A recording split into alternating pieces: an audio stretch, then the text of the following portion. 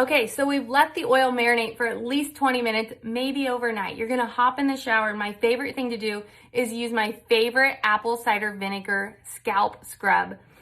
It smells amazing. You're just gonna dip your fingers in, rub them together. I like to flip my head upside down to get the weight of my hair hanging down instead of weighing flat on my head, and work underneath your hair and really scrub it in. This is gonna help exfoliate that dead skin off of your scalp. And remember, a healthy scalp leads to healthy hair. So if you're not taking care of your scalp, your hair is not going to be the best that it can be. So I love using this scalp scrub at least once a week or every other week, just to go in and give my scalp a really good deep cleanse, get all that junk build up and dead skin off of my scalp, so that way my scalp can thrive, because our scalp ages 12 times faster than the rest of the skin on our body, and we're using anti-aging products everywhere else.